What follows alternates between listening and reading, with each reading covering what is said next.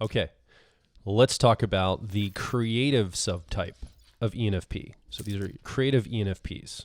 I think this might be the most stereotypical version of ENFPs. This is the one we usually associate with ENFP types. These are vomiting rainbows and all the INTJs in their life. I mean, maybe. Now, you remember the vomiting rainbows are other people's type, right, sort of projection onto ENFPs. I don't think any ENFP themselves actually sees themselves that way. And I sometimes wonder if it gets mixed up with a little ESFP in there too. Creative ENFPs are notably outgoing, positive, adaptable, energetic, welcoming.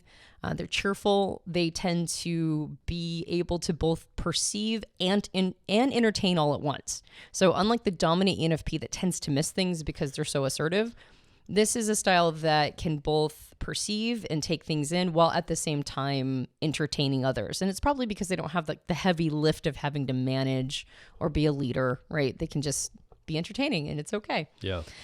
They tend to be wanderers, exploring all that life has to offer. And they're a little bit more of that stir the pot, right? The dominant ENFP respects the structure a little bit more. The creative is the one that pokes the beehive.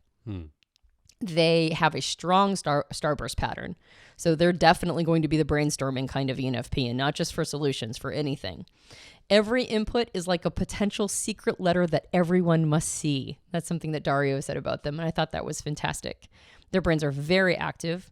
They are very likely to trust their talent to adapt, noticing ideal moments to move, and finding ways to use their skills. So it's very much about optimizing their own movements, optimizing how they can bring what they have to offer to the situation. And they can handle a lot of complexity. So they do this brainstorming, playing with possibilities until somebody else helps them ground it.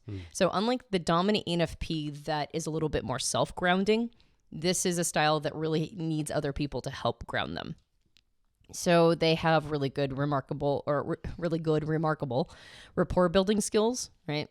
So I would say probably remarkable is a better word than really good. They're very good at rapport building. They make quick, uncanny insights into voice tone and body language. So they're very in touch with reading the other person's responses to them. They have fair executive skills, so not as good as the dominant ENFP. If the situation or task is very clear and simple and direct, then they're fine.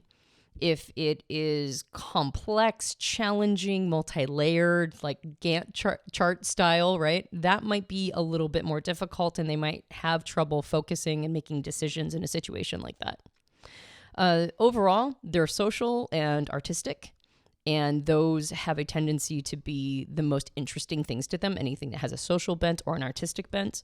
And even when they're doing things that aren't particularly social or artistic, right? Yeah. They're going to bring that into every situation. So they're going to turn everything into that effectively, which is a part of what makes them so creative. They usually pursue multiple careers, sometimes moving back and forth between them and sometimes doing them simultaneously. You mentioned, I think I do 4 things on that list already. And it's a merging of all of these different interests and careers into one thing.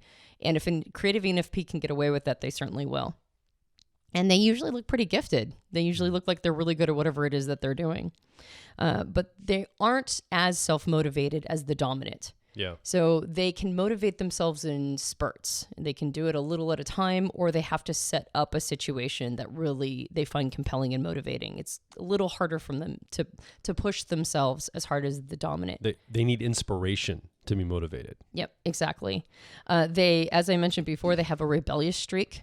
All right, so this is the one that tends to poke the bear. And they're just quirky in general, right? They're energetic and quirky as partners, as parents, as colleagues. They're just they're interesting, goofy people. And because of that, they really benefit from having other people in their lives that really ground them. Okay. So this also, from a technical standpoint, we'll talk about that in a second, but this subtype definitely resonates with me as a creative ENFP. But I've noticed that I go between the dominant and the creative, and it's a war with myself in that poking all the holes and destroying systems. The one part of me in a more dominant way wants to preserve all that and make it all work well. And the other part of me wants to rebel against it and destroy it and sabotage it.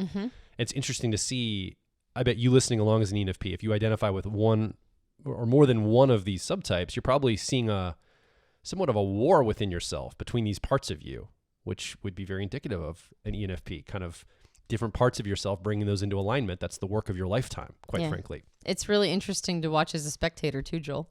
I'm sure. So let's talk a little bit about the technical aspects. These functions, the driver dominant function of extrovert intuition, we've called exploration, and the co-pilot of authenticity, technically called introverted feeling, the way the decisions are made for the ENFP. How are these two functions attuned for the creative subtype? So the first function, extroverted intuition or exploration, that stays analytic. So that still has that focused orientation. It still has that more assertive drive. That's where you get the brainstorming piece. But as opposed to being paired with another, more assertive energy, introverted feeling or authenticity is the one that's a little bit more relaxed. It's a little more open, holistic. It's not as certain. It doesn't have as much of a drive to make things happen. It's a little bit more flexible. Yeah. So. So one of the things, as we talk about the careers here in a moment, by the way, the neurotransmitter preference is dopamine. Mm-hmm. That's what the ENFP that's creative is seeking out, is that chemical. Platforms are very important for this subtype. Platform thinking. When I say platform thinking, what I mean is something like YouTube is a platform. If you're a creative person and you create videos or music and you're on SoundCloud or YouTube, these are platforms that can help you get your work out there. Same thing with Etsy. Maybe Uber, it could be considered a platform for being a driver. These are facilitating creative subtypes like the creative ENFP to do work, and that they don't have to build all the structure, all the support. They can plug themselves into some platform that can put them forward and allow them to express themselves as a creative subtype. So let's talk a little bit about some of the career choices for this subtype.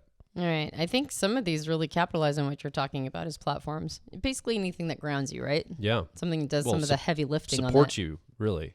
Right. Yeah, not just grounds, but supports. So the list of, again, this is not comprehensive, but this should give you an idea of the kinds of things that really appeal to the creative types. We've got travel blogger, art therapist, social media influencer, actor, graphic designer, freelance writer, event coordinator, motivational speaker, made it again, art director, photographer, musician, community outreach coordinator, personal trainer, interior design, and tour guide. So this is a list of careers that sort of emphasize that more outgoing, positive, adaptable component of this style of ENFP. It also allows them to stay energetic. All of these would require high energy. Yeah. And it also allows them to challenge norms, right? And get outside of, what's expected. So these are all careers that allow a person to constantly evolve, constantly change and output and do things a little bit differently. And they're also quite social. So that piece of not only the art, but the social aspect gets woven into all of these. Yeah. And that platform can take care of all the nitty gritty detail stuff, all the financials and all the scheduling and all that thing. So you, as a creative ENFP, can focus on what you do well, which is bring your creativity and art and performance and expression to the world. Yeah, and none of them will really, if you maintain that rebellious streak, it won't be too damaging to your career path. Yeah.